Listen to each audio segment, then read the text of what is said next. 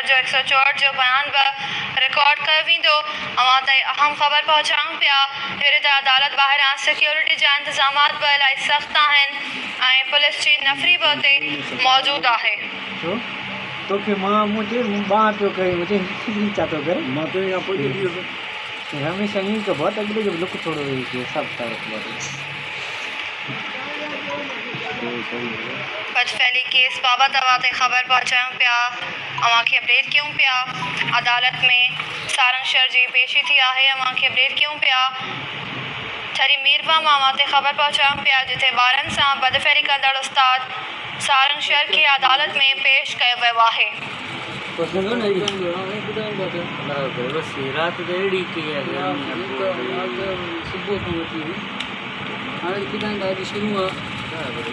अवां ताईं ख़बर पहुचायूं पिया। अवां खे अपडेट कयूं पिया।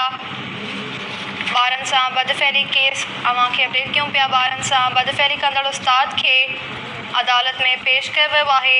वहशी जवाबदार सारंग शहर खे अदालत में अॼु पेश कयो वियो आहे।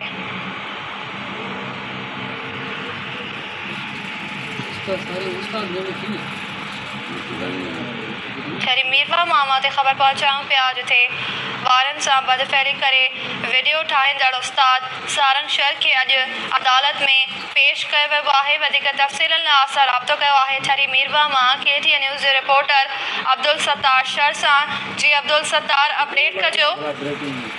जी बिल्कुल टिन ॿारनि सां ज्यादती वारे मामले ते वहशी जवाबदार सारंग शहर खे ठरी मिरवा सिविल मैजिस्ट्रेट कोर्ट में पेश कयो वियो आहे जिथे सारंग खां 164 जो बयान वरितो वेंदो जॾहिं त जेको पुलिस जो पैरो आहे उहो तमामु घणो पैरो नज़र अची रहियो आहे। मां तव्हांखे ॿुधाईंदो वञा त कुझु ॾींहं अॻु सारंग शहर जे पासे ॿारनि मासूम ॿारनि सां ज्यादती कई अहिड़ा वीडियोस बि जेके सोशल मीडिया ते वायरल थिया हुआ। जंहिंखां पोइ ठरी मिरवा थाणे ते दहशतगर्दी जा केस ऐं टियों केस बि दाख़िल कयो वियो आहे।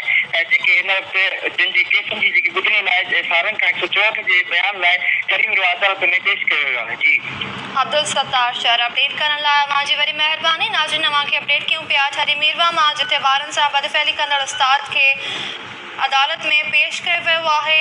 अहम ख़बर अवां ताईं पहुचायूं पिया। उस्ताद जेके सिखिया ॾींदा आहिनि पर हीउ उस्ताद जेको ॿारनि सां बदफैली करे पियो उनखे अॼु अदालत में पेश कयो वियो आहे। वालेकुम सलाम बिन मोराज